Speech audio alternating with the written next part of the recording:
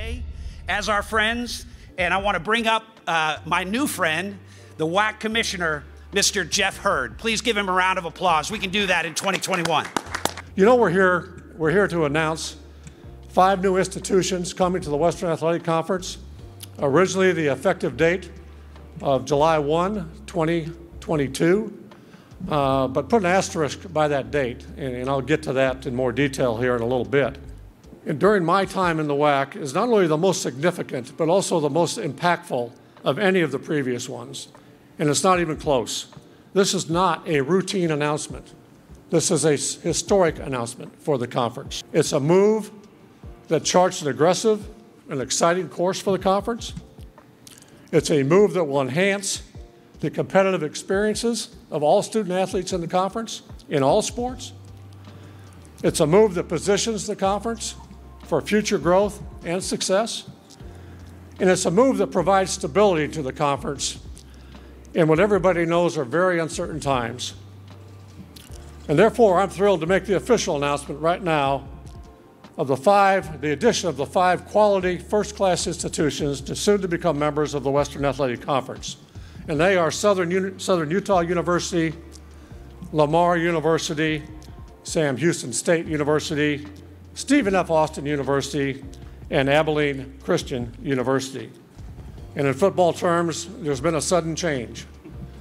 And that sudden change happened on Tuesday. And if you're probably aware of it, and if you're not, it's simply a situation where the 4 Texas institutions have been, their exit from the Southland Conference has been expedited. And we have every intention from the WAC standpoint to bring them in as members in 21, 22.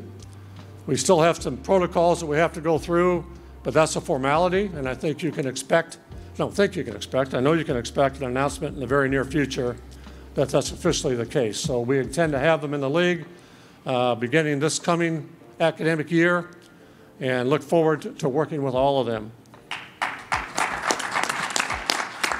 And finally, and also very importantly, it brings football back under the WAC umbrella for the first time since the conclusion of the 2012 season.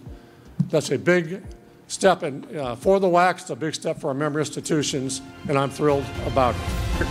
At this time, I ask the 5 new presidents to open up your WAC portfolios there.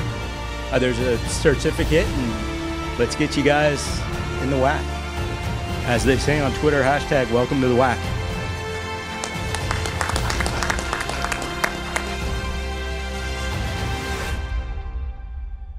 Well, there have been months involved in this process, so I argue we're back in the fall where we began these conversations.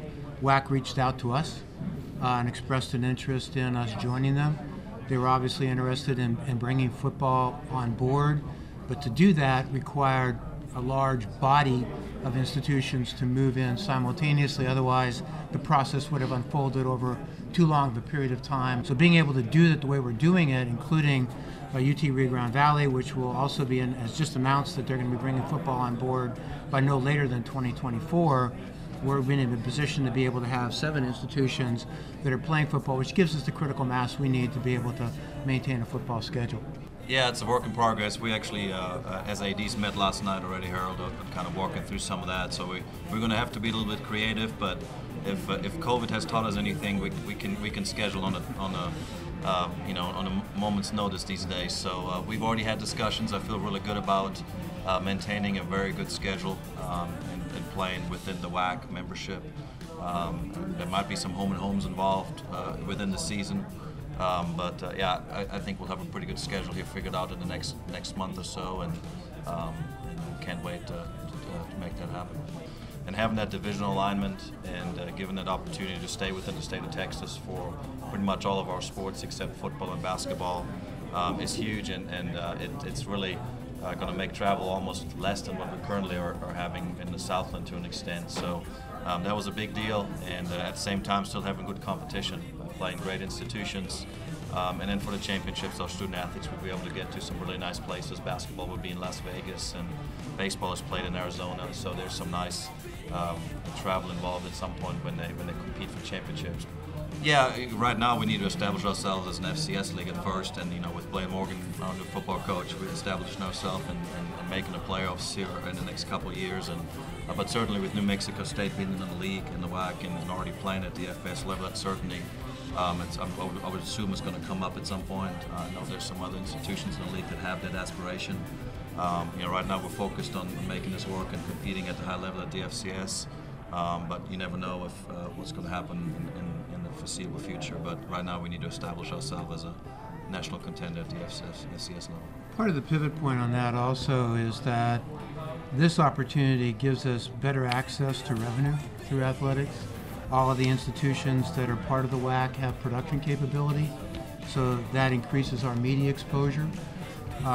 Many of the institutions in the Western Athletic Conference make it into March Madness. And you know what that means from the standpoint of distribution of revenue off of that opportunity, all of which are parts of what will contribute eventually to a determination to be able to make the leap into FBS.